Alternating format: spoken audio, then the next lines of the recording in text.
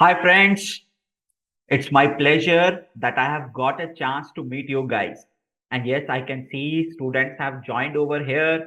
So, Shibu, Niket, Razak, Sindhu, Shri Kumar, all the people who are here, a very warm welcome to you to Vedic e-schools. Friends, you have already met Vinayak sir. Vinayak sir is a great motivator, and I'm glad that now he is my friend.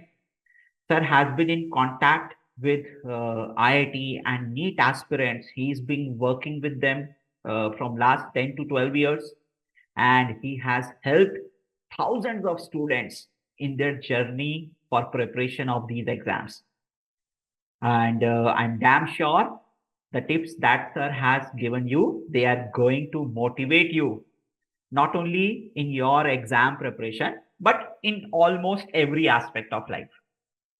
I also have some tips for you. And let's do one thing. Let me give you some technical tips. Sir has motivated you. I am going to give you some technical tips.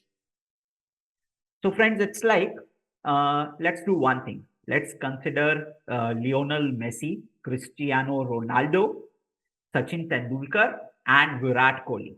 So, I ask you guys. So, I have taken four names. So, what do you think? What is common among them? What is common among these players? I think you will say, sir, these are the best players in the world. In fact, they are the elite players in the world. Elite means like best of the best. But apart from being elite, there is something more common among them. That is, all of them started playing their game when they were like 5 to 8 years old. They started playing very, very early. So by the time they reached their 20s, they had already dedicated 13 to 14 years in the game. And as soon as their first game began, the exam came. For them, the exam was like a normal day only. They had done so much practice that for them, the real game was like normal game only. So they have dedicated a lot of time. That's why they are elite. And in fact, even for preparation of any exam like IIT, JEE, and NEET, so all of you are aware that this paper is given after 12th class. So those students who start preparing for exam in 12th class, they also get selected.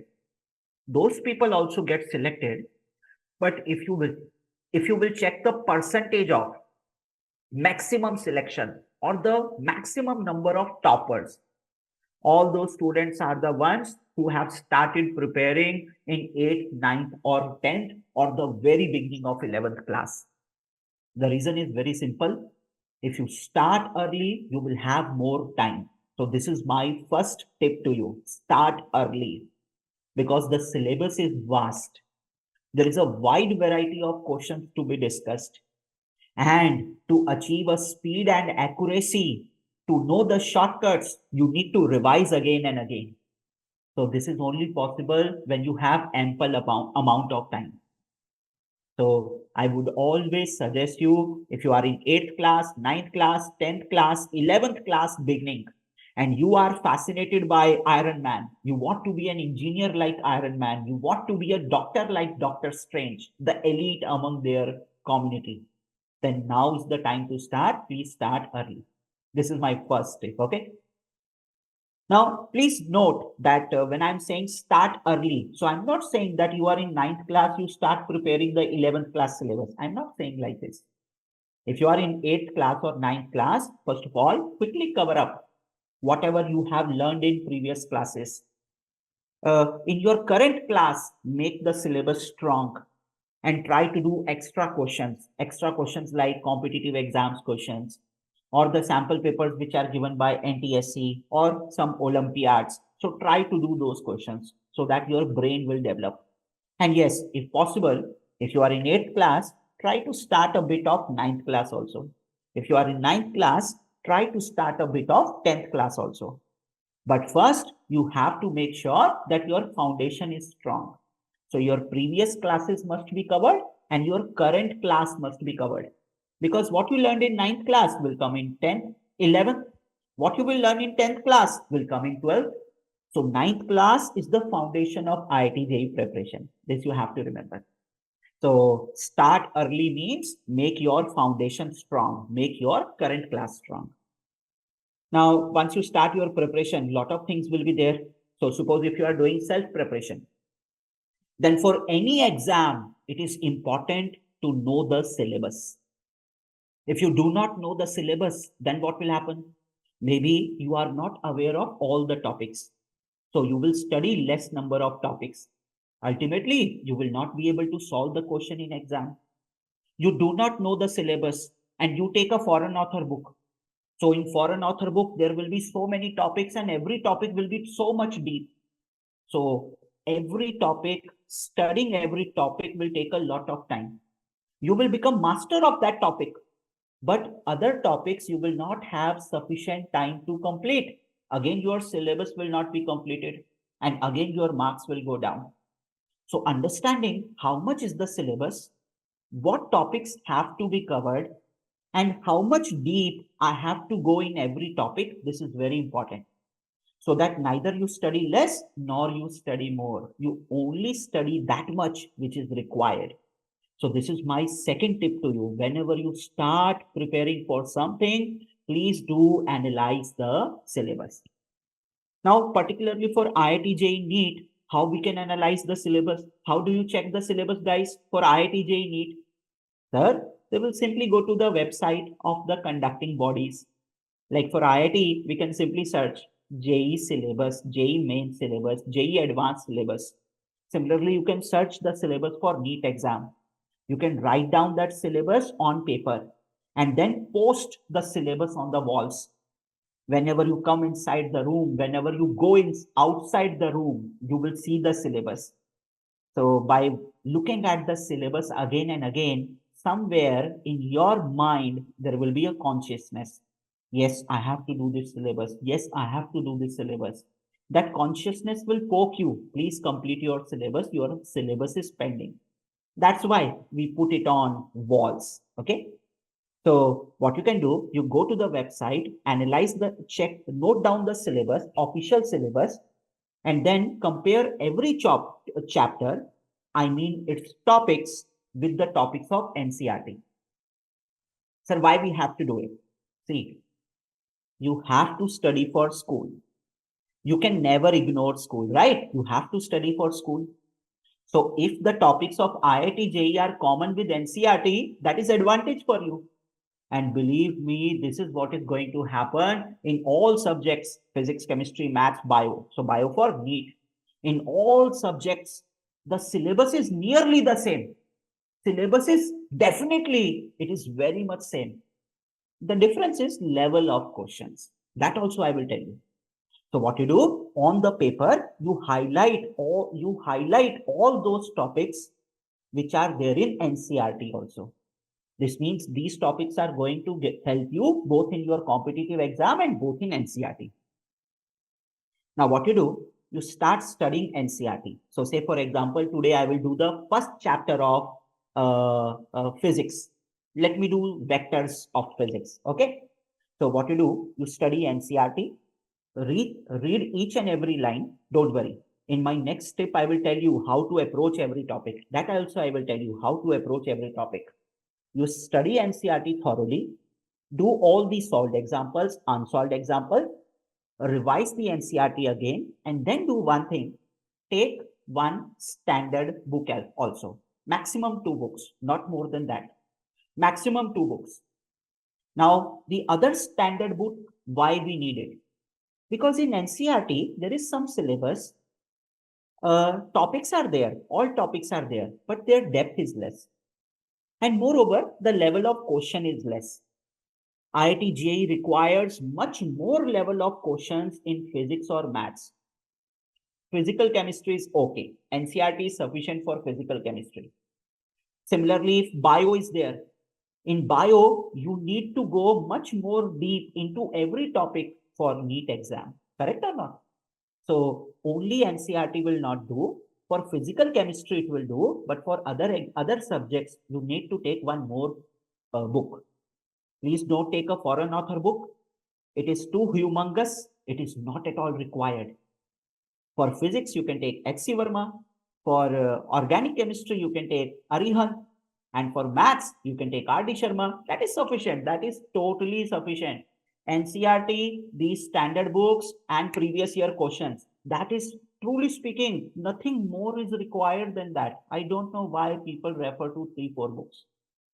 I am a fluid mechanics expert. I have myself read more than 12 books of fluid mechanics. But to you guys, I am suggesting only 2 books. There is a reason for that. You don't crack exams by studying too much. You crack exam by studying only the syllabus and repeating it again and again, by revising it again and again. Believe me, those people who have read multiple books, they don't crack exams. Those people who crack exam, who study limited, who study only that much which is required and repeat it again and again. Okay. So what you have to do, you complete NCERT first, then you complete the chapter from one standard book. Now you go to previous year questions. Believe me, most of the previous year questions will be solved. There will be some previous year questions which will not be solved. Why? Because in our first reading, something was lagging behind. So you have to go to the topic of that question, repeat the question again, and then come back to the question. Believe me, doing like this, at least 90% of the questions or 95% of the previous year questions will be solved. Only 5% questions will be left.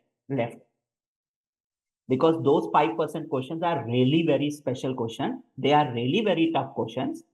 For those questions, you will have to take the help of your seniors or teachers. But this much performance is really, really very good. It's a very good performance. Now, you have analyzed the syllabus. You have your sources. So what are the sources? Don't go for multiple books. This is my second tip. Don't go for too many sources. Select maximum 2 sources for one subject. That is sufficient. Now, third tip. How to approach any topic. Sir, you are saying only 2 sources are sufficient. Then how to study those sources? Very, very easy. See guys, like what happens is, what is the difference between a school exam or an IIT JEE NEET exam? Let me tell you the difference. So 36 plus 25. 6 plus 5 is 11.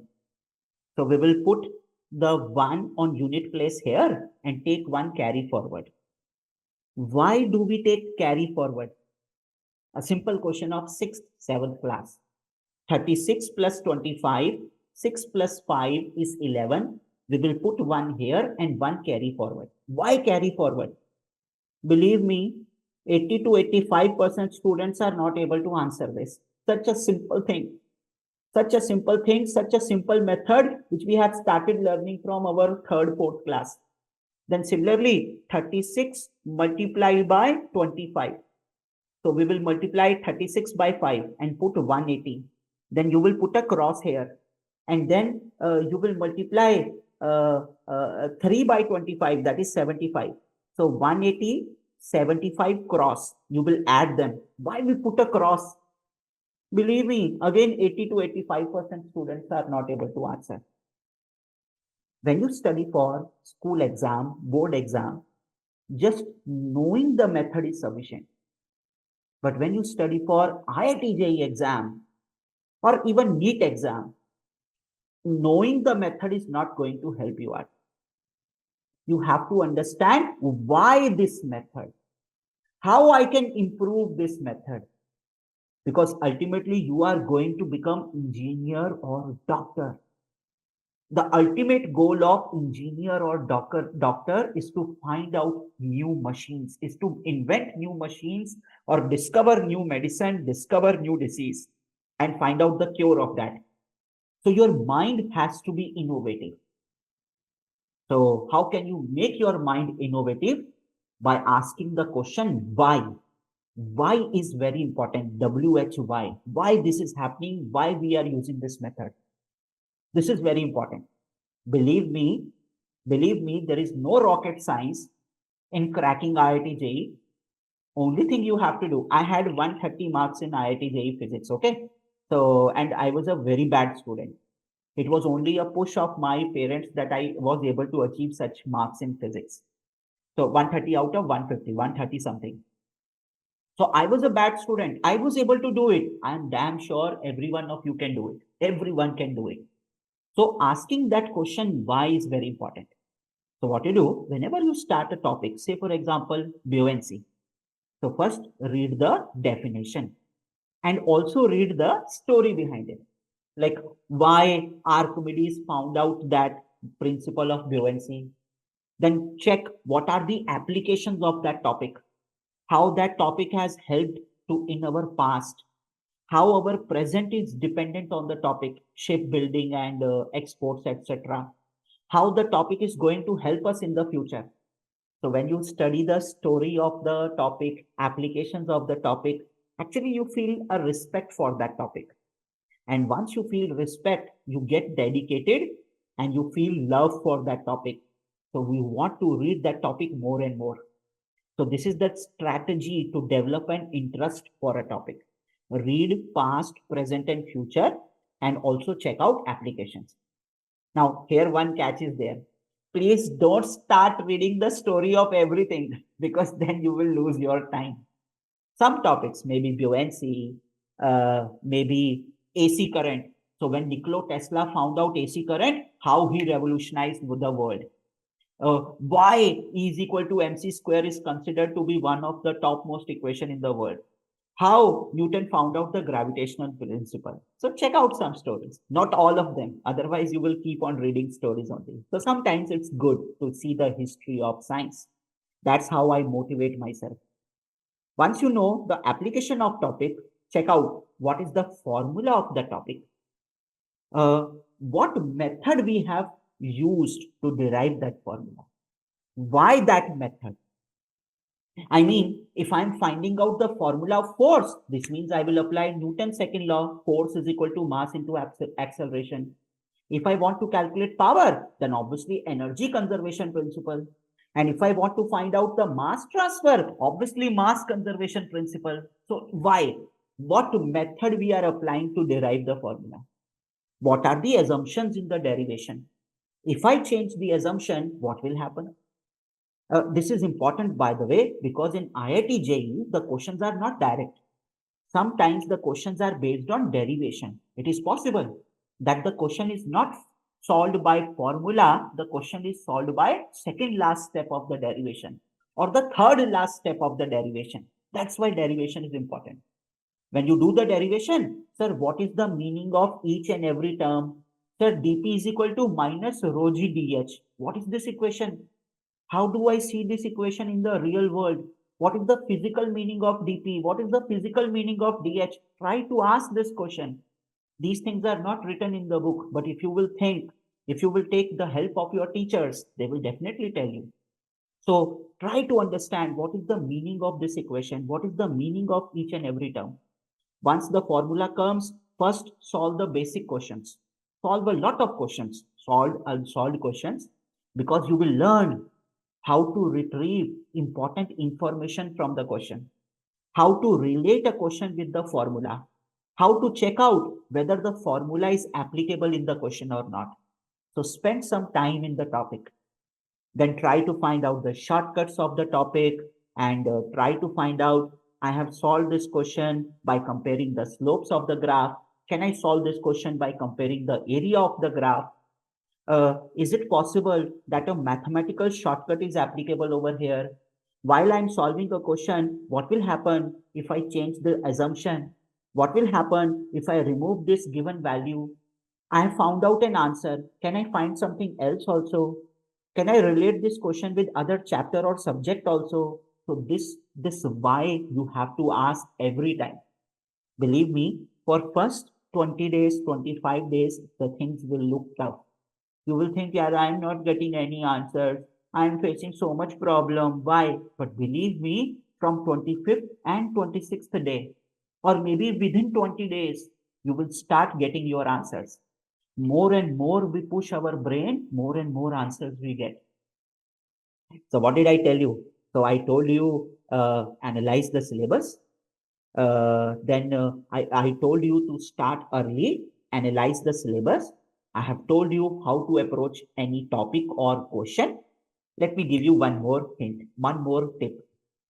This tip is very common among the students. A lot of students tell me this tip, ask me this question. In fact, it is important for myself also. Concentration. Sir, how to improve our concentration while studies? Sir, when I'm studying, my hand goes on the phone again and again. Again and again, I will open the Instagram and TikTok. Sir, how to improve concentration? That is a big problem with me. I will tell you what has happened. Why people like you, people like me have weak concentrations. Actually, from the very beginning, you can say by looking at our parents also, we have developed a habit of multitasking in our brain. Like say, for example, when we eat food, we watch TV. So we are doing two tasks at a time. We are talking on our phone to a friend and we are watching TV, two tasks at a time. We are talking on phone, eating food also, watching TV, three tasks at a time. While studying, we are listening music, two tasks at a time. Many people say, oh, I enjoy music. My concentration is more while studying if music is there. Actually, all of that is bullshit. Your brain has 100 energy. More and more tasks you will do, your energy will be divided. 100 energy cannot become 200 energy. Energy conservation principle. Energy can neither be created or nor it can be destroyed. So 100 energy will remain 100. If you are doing one task, you are giving 100 energy to that task. Your performance will be better. If you are doing two tasks, you are giving 50 energy here, 50 energy here, only half of energy. Your performance will be half. When we do multitasking, our performance goes down. And we have trained our brain from the very beginning, from like second year, second class, third class, to do multitasking. So our brain thinks, acha, this is the way of life. Multitasking is the way of life. So you know what happens while studying, your brain is going to poke you to check the phone. So even when there is no message, even when there is no, notification from Instagram, you will check the phone by itself and then you will keep on looking photos of the other people. Isn't it? This is what happens. So what you have to do, you have to teach your brain again that single tasking is the way of life. And how you do that? It's called brain conditioning. Don't worry about your studies. Let it be how it goes on. But focus on other activities. So from today onwards, when you are eating food, only eat food. Sit on the dining table, eat food properly. Enjoy it. When you are talking on phone to your friend, talk on phone only, do nothing else. When you are watching TV only, watch only TV. When you are having a bath, only think of bathing. Do like this for 15, 16 days. You will feel in the first few days that nothing is happening. But believe me, from 7th day, 8th day, you will start feeling the difference. And within 2, 3 weeks, your concentration power will be back. And your concentration will be so strong that continuously you will be able to study for 2 to 3 hours without checking the phone. This is called as brain conditioning. All the big motivational speakers like Vinayak sir and all, they actually tell this technique to their students. So you can also use this technique in your preparation. So check, I have given you 4 tips. There are a lot of tips, but I think it's your dinner time. So I would not like to stop you from having dinner. Having food on time is also important. So I have given you 4 tips. Start early, analyze the syllabus, how to approach any topic, what to do while solving questions, sources, and yes, how to condition your brain, how to improve your concentration. I hope you guys have enjoyed the session. If you like, you can ask answers to us. You can ask questions to us. We would like to answer them. Otherwise, let's go and enjoy some dinner and let's start our preparation from now only.